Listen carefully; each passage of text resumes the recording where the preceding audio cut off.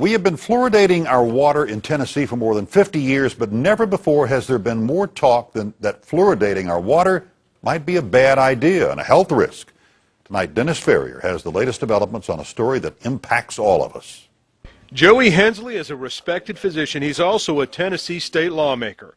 He is now combining those two professions to make a very strong point. We've been doing it 50 years, but just because we've been doing something 50 years doesn't necessarily mean that it's right. Hensley's talking about something most of us don't even think about, fluoridating water. After much research, the doctor has sent out a letter to every water district in Tennessee asking them to stop fluoridating water. The evidence, he says, fluoride works better when you rub it on your teeth, not when you drink it. That fluoridation is medication added to water without your permission, and that's wrong. But most of all, because the National Research Council believes young children are getting 3 to 4 times the dose of fluoride as adults.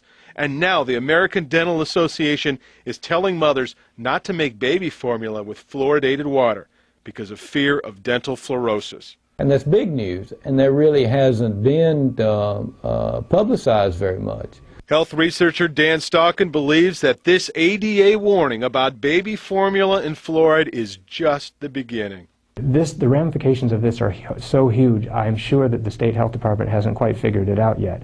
Because once the door cracks, and it is now for what it does to teeth, the next group, one of the next groups that's going to start raising their hands and saying, what about us, is people who are on dialysis and people who have borderline kidney damage and impairment.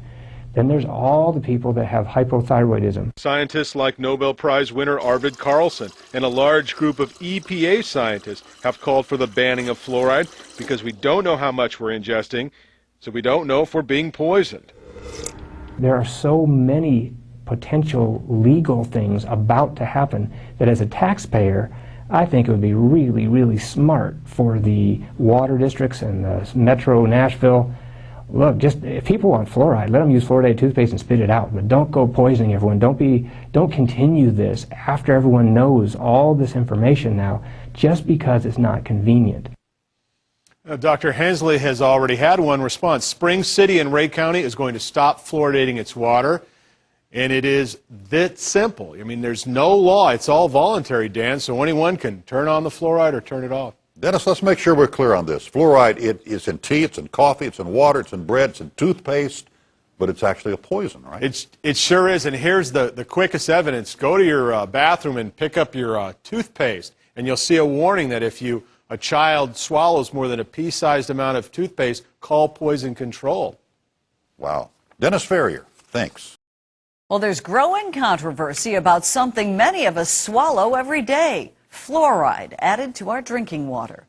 While no one denies it can prevent cavities with topical application, a growing number of cities and countries have decided that ingesting unknown quantities of fluoride is a bad idea. And here in Tennessee, our own top health risk scientist is asking the governor to stop adding fluoride to the water. Dennis Ferrier has our story. Dr. Kathy Thiessen makes a living assessing health risks. She's worked for the CDC, the EPA, and many other big agencies worried about big health issues.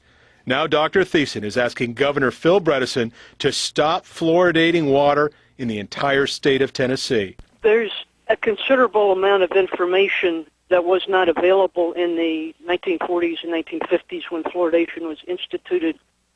What I would like to see is the health professionals themselves that to actually take a look at the toxicology papers, the scientific papers, and not to simply rely on what they've been told forever and ever. Dr. Thiessen joins Tennessee lawmaker and medical doctor Joey Hensley as the most prominent Tennessee voices against fluoride.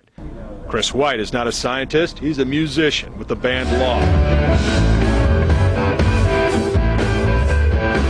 But his other passion is removing fluoride from Gallatin's water supply. His MySpace page, Fluoride versus Gallatin, has nearly 400 friends in its first week. First of all, this is something that people don't know about, and it's such an open and shut case that to educate them has already fired them up, because they just simply can't believe this is happening. And they have every right in the world to be outraged at this. And outrage is a correct word. And now that they're claiming that that it's ineffective, other than topically, i.e., brushing teeth, where you spit it out, and they're putting it in our water to go through every cell in your body on its way to your tooth enamel. It's just backwards. All parties point to the American Dental Association recommending that mothers stop using fluoridated water for baby formula as an obvious sign that fluoride is obviously not for everyone. We've now found out that fluoride can harm babies, and we also know that it's been admitted that there are other groups that can be harmed by fluoride, such as those that I just mentioned. Then how ethical is it to continue to force fluoride on people when they don't even know what they're drinking, when they haven't been told? Now, we did attempt to reach the state dental director. Her voicemail said she was in today, but she did not return our calls, Demetria. Dennis Ferrier. We tried to reach the governor as well to comment. He is traveling to Washington, D.C., and we couldn't reach him.